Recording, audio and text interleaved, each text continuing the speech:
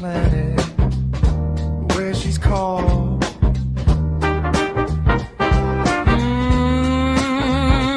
She grows wild. She grows wild. Rooted in truth, rising high. She grows wild. Yes, ma'am. And the kid. Joe! What? That was a trip. Wow. Yes. So not knowing myself took me into all these different journeys that I probably had no business being in, right? So she go get the diaper bag, give it to him. He get it and go to the counter, and then he commences to taking the bullet out the chamber. So me, I'm just looking at her, and I'm like, I get up and I go up to him this close, and I put my finger and say, nigga, you pull a gun, you shoot a gun, bitch. Just like that. And he said, what gun? And I said, I went berserk. What gun, nigga? I'm going off. Like, I'm fearless. I don't care. He just walked on out. TJ had called my daddy. My daddy had me a Greyhound bus ticket that day at Greyhound. Yeah. I was... Time for you to... Oh, girl. Yeah. I was in some situations. Oh, yeah. But I brought back to Beaumont my gift of boosting. Oh, my God. I'm a gangster. I was. I went from that shit there turned me into the hardest motherfucker you ever wanted to meet. Wow. I came back to Beaumont a different chick. I did. And I was like, What age are we? good. 22? Mm-hmm. 22. This was 97, 98. So you coming back and you have And pregnant. one and one on the way. And one on the way.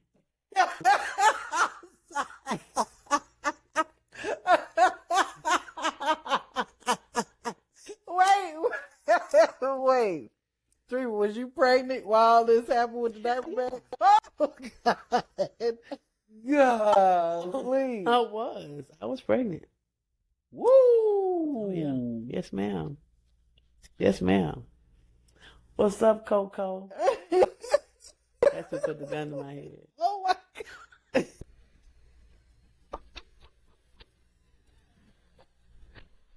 God. Oh, damn. Yeah. Damn. Yeah. Yeah. How are you enjoying motherhood at this point? Because you got one and one on the way, but how are you enjoying that at this moment? So it's rough. I'm doing it. It's rough. I love my children, but I don't know. I got into crazy situations with dudes, and thank God, because the dude I ended up dating right when I came back from Dallas, I met this guy, Kevin, and I'm dating Kevin, and Kevin's family just happened to become my family through the midst of our relationship. He was abusive, very abusive. Girl, I waltzed that nigga ass. You hear me? I ended up beating him with an iron one day. He thought he was gonna beat me up. No, ma'am. No, we gonna fight it out. We gonna fight. I'm gonna fight you, and you gonna fight me, and we going at it to where. And I grabbed that iron. Oh, Got him. And all I could say is he ended up on the edge of the bed with a towel on his head for fooling with me. We ended up breaking because he was a whore. He was abusive and he was a whore, and he was very, very possessive, very upset. Rest in peace, because he gone too. You know what I'm saying? He actually ended up dying of AIDS many years later.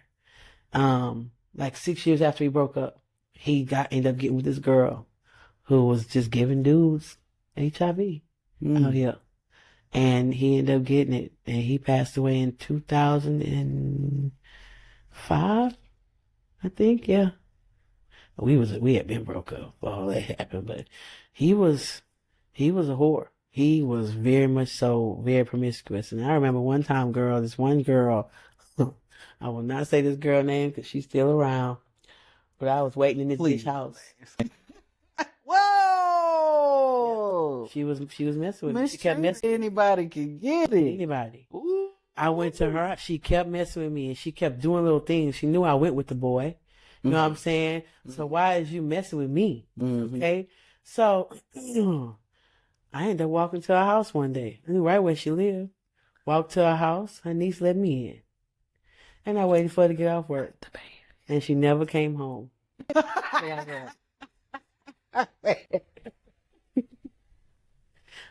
Promise. I ain't going home. Never came home. She didn't. Her niece called her. Your friend.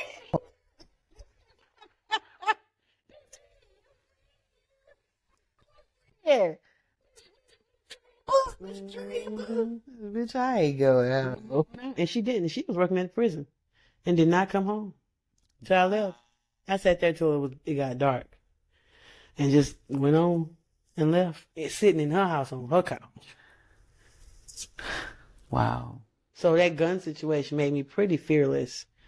It did. Even today, I ain't scared of nobody for what, you know? It did. It made me fearless. And girl, no females hardly. The same dude who we was in the store, knock on wood, one fight I got into with women out here. And I fought dudes my whole life. I fought men. They fight me, I'm fighting back. Like Sophia, for real. And one time we was in Family Dollar, and it wasn't even nothing. This was no reason for this fight. It was no reason. We was in Family Dollar. We in line checking out, and it was two sisters behind us. Kevin did something, and I laughed. They thought I was laughing at them. She come calling me out my name. I was like, girl, I don't even know you. Like, you know what you talking about? And she hit me. Oh. So. What you did that for? Girl, let's just say this. My mama was outside parked waiting on us. By the time they separated us, they pulled him outside and left me in the store. Leave me. Because by the time all that happened, let's just say there were, you know how you have the stands in Family Dollar, the big, they was to the ground. I took them hoes and slung them hoes every which way into them damn stands. And let's just say both of them was naked from the top up. By the time it was over, they boobies everywhere. I got all my clothes on. Ain't no scratch. For a misunderstanding. I whipped them hoes' ass. Both of them sisters. Sure did. That's the only fight. No women, no females really stepped to me like that. Now, I ain't big and bad, but just know, if you come and you do me something, I got to come back. If you put your hands on me, I got to come back. That's how I used to be. I'm a different soul now. I am. Oh, That's how I used to be. Self-proclaimed. Yes, self-reclaimed, girl. I'm going to tell you, work has been done to me. And that was the only fight I ever had. It was so funny. My mama, rest in peace. My mama was, this was one time she was ride or die. Cause baby, they was about to, I ended up fighting my way out the door. Cause they was trying to hold me. Cause I jacked up the store. The store was toe up. Wow. I got that door. Kevin was already out. He was waiting right outside the door because he was fighting my man. No, let me in. Da-da-da-da. They wouldn't. Baby, he was right there. We took off, ran and got in that car. Mom was like, let's go. Not y'all got the Medea scene going on. He was gone. He was gone. I was like, yeah, mama. Shoot. Wow. That was what she was ride or die that day, girl. And that was the only fight. But every other time, and then I boosted for so long. That was my way of making money. But I was an honest thief. Come on. I was. Come on. I'm not going to ever. I don't want nothing out your house. I don't want nothing out your purse. Or out your car. But I would break a stove down. Come on. They got it. Well, well, it's overpriced anyway. The people gotta make a profit. You hear that? Yeah, they do. I was getting no girl, and I learned that from boosting from my baby daddy Wow. in Dallas. And girl, that was a gateway into so many things, because I mean, went from there, sold crack. You know what I'm saying? Oh yeah, oh yeah, oh yeah, oh yeah. It just went. I was always out, always dancing, and I didn't go like, let's go to the club. I love to dance, so I would get formals, bad outfit. I've dressed all my homegirls. We always dressed to the nines, going right there in the hole in the wall in the South End, looking like Diana Ross or something, Diane Carroll, but right there at Maze on Irving Street. Wow. And I mean, we were dressed to the nines. My kids wanted for nothing. Ladies and gentlemen, Miss Tina Snow. Girl, I have taken some things. I Wow. have taken some things out of stores. Sheet sets, diapers, meat, clothes, radios. You was a good booster. It's Great. great. Actually. I was. I paid, and I ended up paying for that too. You did. I did. Oh, karma is real. Ooh. We gonna get to them 30s. We trucking on in there, but I'm looking at these 20s. many hats of 20s. Yeah, and I even like during my 20s, a lot of drugs. I was an X pills, coke, weed, some PCP, 4 bars. 4 bars turned me into a different person. Girl, I remember on 4 bars. I never forget this shit. It was this dude who wanted to be with me. He was married to old school from Port Arthur. He was almost 50. Girl, so one night he had talked with a lisp. He was like, I really want you, baby. I really want you. Let me come get you. Because wow. Girl, I never forget, we called him Mr. D. Mr. D was short, too. He was short, girl. He had a horrible lisp. So he got away from his wife one night. And I never slept with him. Never did. Because I wasn't, and everything, I'm going to tell you, everything I did, I wasn't a hoe. Oh. I wasn't selling no tutu. I wasn't doing that. I was not like, nigga, you gonna pay me. I wasn't not like that. That's one. Now, I wanted to be a madam. Come on. Girl, I had it all figured out. At one point in time, after so long of not knowing what I wanted to do in my life, that was my first real dream. I wanted to be a madam. Wow. I wanted an Asian chick on this side, a really, really dark, tall, thin chick on this side. And I don't know, I was just going to treat the hoes good. I was going to treat them good. I was going to be great. I wanted to be a great madam and run women, to give them somebody who really cared, who was really going to look out for them. I'll make some money. It's profitable. Yeah, that was my dream for a long time. Really? Yes, ma'am. I was told I've been a good madam. Okay. That's what they say. Yes. Straight. You know what I'm saying? I mean, I'm gonna look out for the girl. Yeah, I'm gonna look out for them. For real. I'm gonna look out for them. They gonna love me for it. In my former life. You hear me? Real talk, girl. I'm gonna drop my pan, Lord. You're gonna be all right. I get it for you. You know, real talk, like, I really had these aspirations of doing that. And so my 20s was very, I mean, things would have, girl, it was some stuff. I ended up, oh man, like getting in abusive relationships to where I'm talking about craziness, like crazy. Like so much so where I had gasoline poured on me. And at one time, this dude had cut up my license and Social Security card, and he poured gasoline on me. And the only thing that saved me was my cousin came and knocking on the door. And it's crazy because in the house, the gas was off. We both smoked cigarettes. He smoked dip. We both smoked weed. At the time, it was no lighters in the house, no matches, and the gas was off. He was going around looking like crazy for some type of fire to light me up. And I'm standing in the middle of the living room floor, fucking ecstatic. Cause I'm like, not knowing what to do. Cause he said if I moved, he was going to beat my ass. Now, that's what you get from going with a dude named Psycho. You know, it's not just a name. Shout out to the cousin that God laid it on her heart. Has, rest in peace. He gone. To knock on the door. Yeah. Wow. Yeah.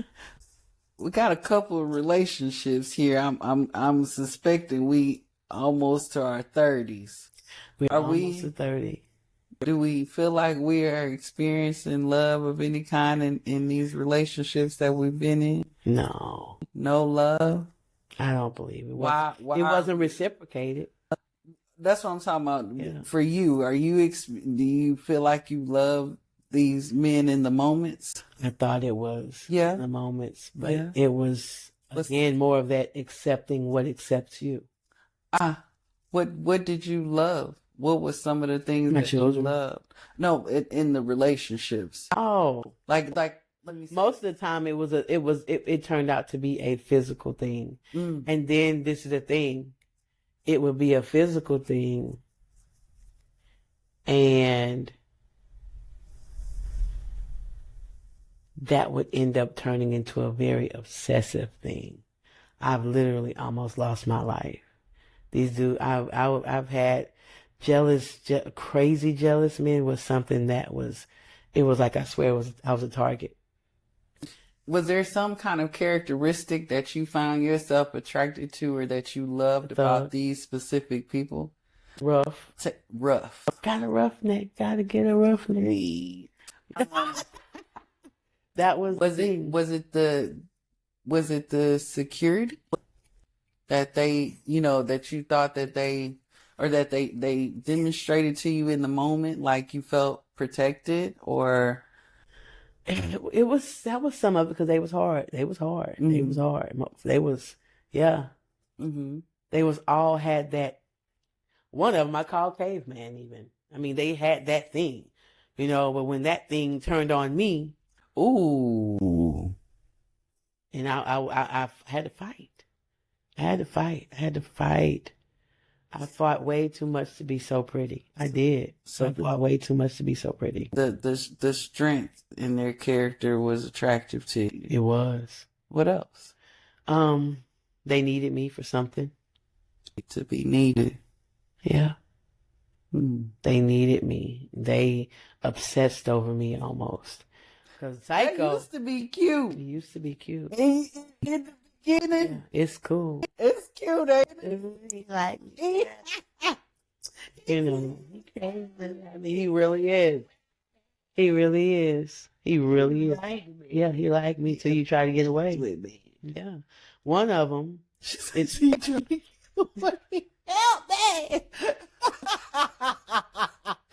Oh shit.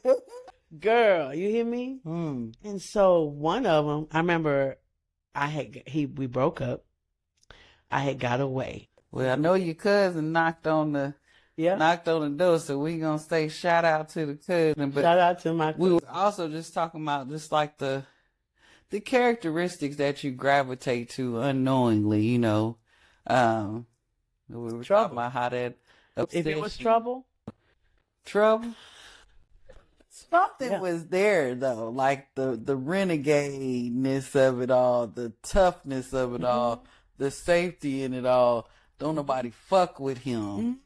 At the end of the day, the protector. To the point where when I did with another crazy guy, one of the dudes that I knew, homeboy, he said, how he got you away from crazy man? Like everybody knew. Like I was, and I went from one crazy to another crazy. I did. In some capacity, it was like that, and it was just like, man. I ain't gonna lie, I can't can't put it all on them because you was a whole YN in this moment. A whole. You the one. I was the YN. Like I was. It was. We was. Like I was that chick. I was crazy. Filling up that canvas. Oh yes. So yes, we get to our 30s. Mm-hmm. Are we looking at our life? Because I feel like, and this just might just be me, mm-hmm. but it's something about that 30 mark, mm-hmm. especially when you already, in so many words, not had a childhood, grew up really fast. So where, some people might just starting to kind of figure things out at 30. Mm-hmm. We're at a place like, okay, I've done all these things. Where do I want to be now in life? What is it that I want to see? What is it that I can do to improve my life? Like it's, they say, I think it's age 33, got the Jesus factor thing going on. Mm-hmm. You take an inventory, really trying to figure out some things. Mm-hmm. And we actually, I don't know if we passed up 26 yet. Oh, we haven't. We was getting there. We right at 26, so we in between 26 and 30. Mm-hmm. What is it looking like for you up to that point where you decided to say, this is what happened to me at age 11? Right. So at 26, I ended up having the nervous breakdown. And my boyfriend, who was my last baby daddy, ended up calling my mom and pop over to the house because he couldn't control me. I just was losing it. And I ended up telling them what happened. And that's when I realized, I figured out, they didn't really believe me. I confronted everybody. I told them, I confronted my brother. I did. And I said, hey, you remember? And it's so crazy because up until that point, I was the sister they would always come stay on. Let's go to Treva house. Let's bring our girlfriends to Treva house. You know what I'm saying? I was that sister that was always there. Mm-hmm. Always had it together. And the brothers always come. And I say, hey, you remember what you used to do to me when I was a little kid? He was like, yeah. I said, I don't want to see you for a while, and I don't want you around my daughters. He said, okay. And I didn't see him for a long time. And when, probably I had my daughter in 2004, 2005, I stabbed him. My baby daddy. He was abusive. Very, very controlling, very jealous, extremely jealous. And he ended up trying to get some keys from me in my truck. And I didn't want to give him the keys because he was already messed up. He was messed up, been drinking, PCP, and he had gotten to it with his family. And they had beat him up. So, of course, they beat him up. Who he coming for?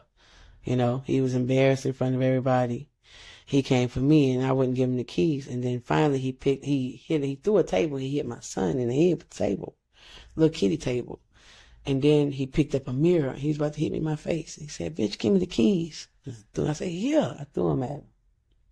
He left, called the police, had my son checked out. My son was fine. My children had went away to my nephew's house, my older nephew, to stay with them, just till everything calmed down. Because everybody knew Leo. Everybody knew how he was, right? So he ended up coming back early that morning, right? Basically trying to do whatever. He ended up raping me that morning and ended up falling out. I didn't move. I was just still. He ended up passing out. I got up, went and got my children together.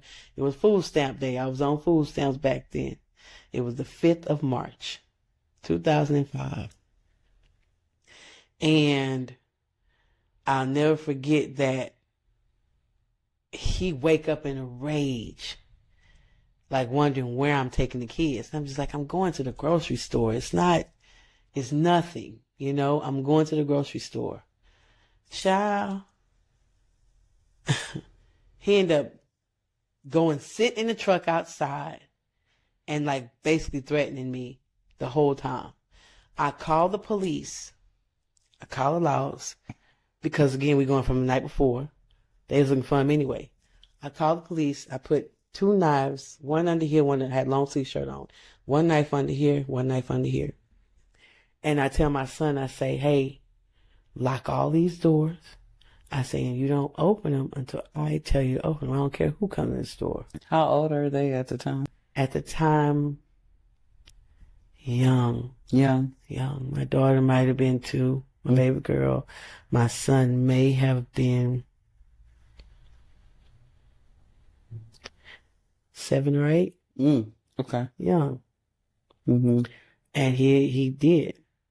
And so I go out the door, and I had knives. And he was like, yeah, bitch. I say, nigga, you can come this way if you want to. And here he comes. Towards me. Caveman. In true caveman behavior. Okay. And I say, no! I went to jail that day for protecting myself. I went to jail because I took the law in my own hands. And what got me about that was his mama came and sister came, and she gonna kill you, Junior. I said, I'm motherfucking down. What you gonna do to me? Well,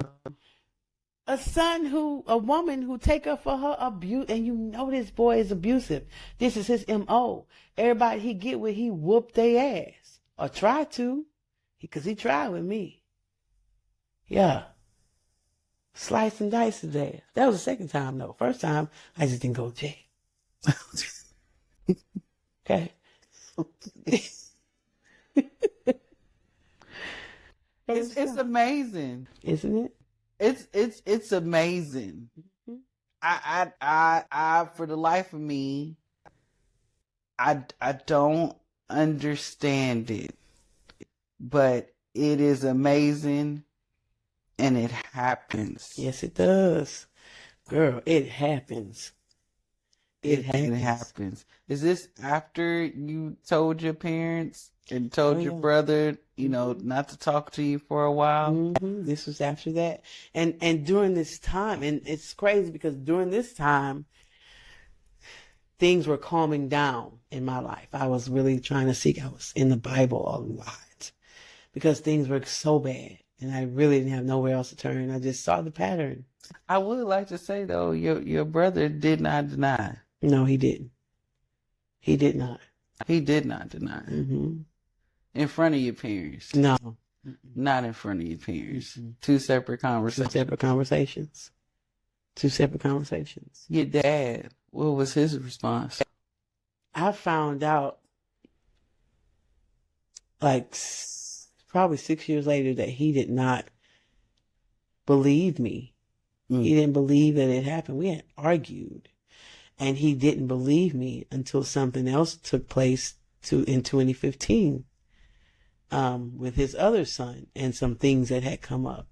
And then when it happened that way, he believed, you know, and it was just like, wow, but I never got no apology from nobody. I never got none of that. Yep. No acknowledgement for real. No open conversations for real. Everybody's scared to Treva with her mouth open. Because I'm going to tell it. Well, tell the truth. Let's talk about it. Let's get it out. Let's air it out. Yeah. That's the only way we can positively move forward is if we air it out. Mm. And if we air it out, you can see how I truly feel. Because if after we air it out and we're done, then you can see if love is real or if it's not. Mm. And if it's not, then that's going to be something that's not a relationship that will be conducive to your life. And that's okay. And that's okay.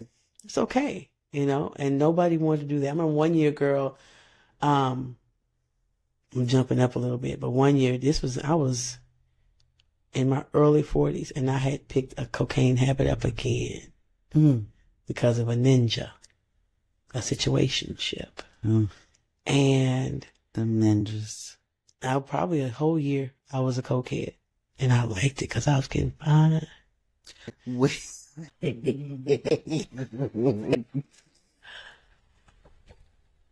As my mama say, I know your heart broke, but you sure look good. Come on.